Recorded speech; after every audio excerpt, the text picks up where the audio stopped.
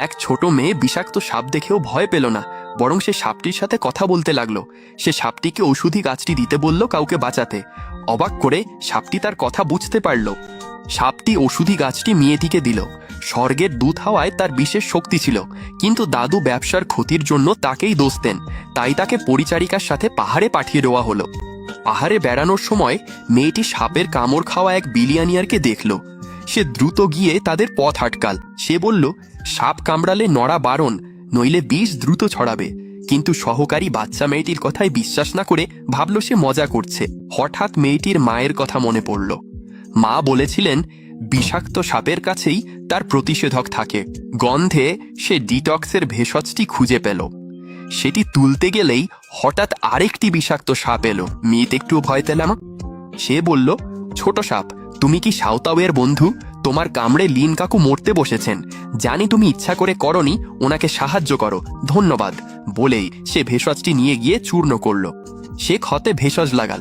হঠাৎ ধনকুবের কালো রক্ত বমি করলেন। সহকারী ভীত হয়ে ভাবল মেয়েটি ক্ষতি করেছে। সে তাকে ধমকাতে গেল, কিন্তু ধনকুবের সুস্থ বোধ করলেন। তিনি নিচে তাকিয়ে দেখলেন তার ক্ষত পুরোপুরি সেরে গেছে। জীবন বাঁচানোয় ধনকুবের তাকে বাড়ি পৌঁছে দিতে চাইলেন, কিন্তু মেয়েটি জানাল সে বাড়ি ফিরতে চায়। সবাই বলতো মেয়েটি অলক্ষণে, আর সে পরিবারের সব টাকা শেষ করে দেবে। ধনকুবেরটি জেগে গিয়ে তার ঠিকানা জানতে চাইলেন। তিনি তার হয়ে বললেন, কিন্তু মেয়েটি আবারও তাকে থামিয়ে দিল। সে এতিমখানায় যেতে চেয়েছিল। সেখানে অনেক শিশু ও খাবার আছে। কাজের দক্ষতায় শিয়াওতাও সেখানে জায়গা পাবে। ধনকুবের বললেন তার বাড়িতে 2 ছেলে ও দয়ালু স্ত্রী আছেন। তিনি তাকে পরিবারের সাথে থাকার প্রস্তাব দিলেন। মেয়েটি সানন্দে রাজি হলো। ধনকুবেরের বাড়ি পৌঁছালে তার স্ত্রী শিয়াওতাওকে দেখেই ভালোবেসে ফেললেন এবং তাকে নিজের মেয়ে হিসাবে দত্তক নিলেন। শিয়াওতাও, এখন থেকে তুমি আমাদের কি বলে ডাকবে? মা, বাবা, দাদা। কত মিষ্টি। ডিনারে নতুন মেয়েটির জন্য মায়া হওয়ায় স্ত্রী তাকে উপহার দিতে চেয়ে জানতে চাইলেন সে কি চায়। অবাকভাবে শিয়াওতাও শুধু তার মায়ের জেড লকেটটি চাইল। মায়ের শেষ স্মৃতি এটি। বড় ভাই তাকে তাও পরিবারে ফেরানোর সিদ্ধান্ত নিলেন। সেখানে তার ব্যবসায়িক কাজও ছিল, কিন্তু গেটে পৌঁছাতেই নিষ্ঠুর সৎ মায়ের মুখোমুখি হলো তারা। এর চেয়েও খারাপ, জেডের লকেটটা ঠিক তার গলায় ঝুলছিল। ফিরে এলে কেন? মায়ের লকেট নিতে এসছি, ওটা দিন। তাও পরিবারে ঢুকলে বেরোনো যায় না। এই লকেট আমাদের। তোমার মা এখানে মরে সব এলোমেলো করে গেছে। আমার মাকে অপমান করো না। আমার বোনকে মারার সাহস কে দিল? সৎমা তাকে দেখেই সঙ্গে সঙ্গে তার অহংকার হারিয়ে ফেলল। বুঝতে পারলো যে সেই কোটিপতির বড় ছেলে। আর আচরণ একেবারে 180 ডিগ্রি ঘুরে গেল। সে লকেটটি ফিরিয়ে দিল। ভাইয়া সাঁওতাওকে নিয়ে কোম্পানিতে গিয়ে এক চমকপ্রদ খবর পেল। চাল নুডল বিভাগে এক গুপ্তচর ধরা পড়ে ঝামেলা পাকিয়েছে।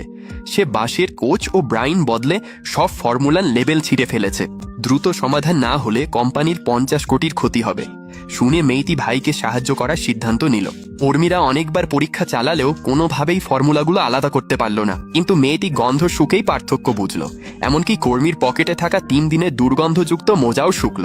বোনের অলৌকিক ক্ষমতা আছে কিনা সন্দেহ হওয়ায় ভাই তাকে পরীক্ষা করার সুযোগ দিল।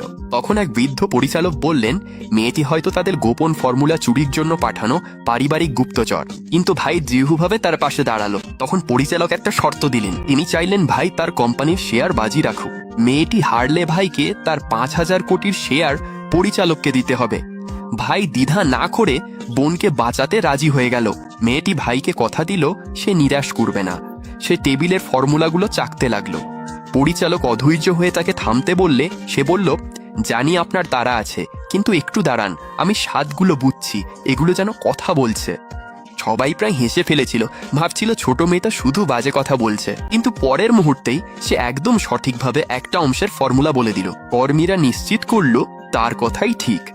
তবে কোনো ব্যাচেই শুকনো কমলার খোসা পাওয়া যায়নি। 3টে ফর্মুলার কোনোটাতেই কমলার খোসা নেই।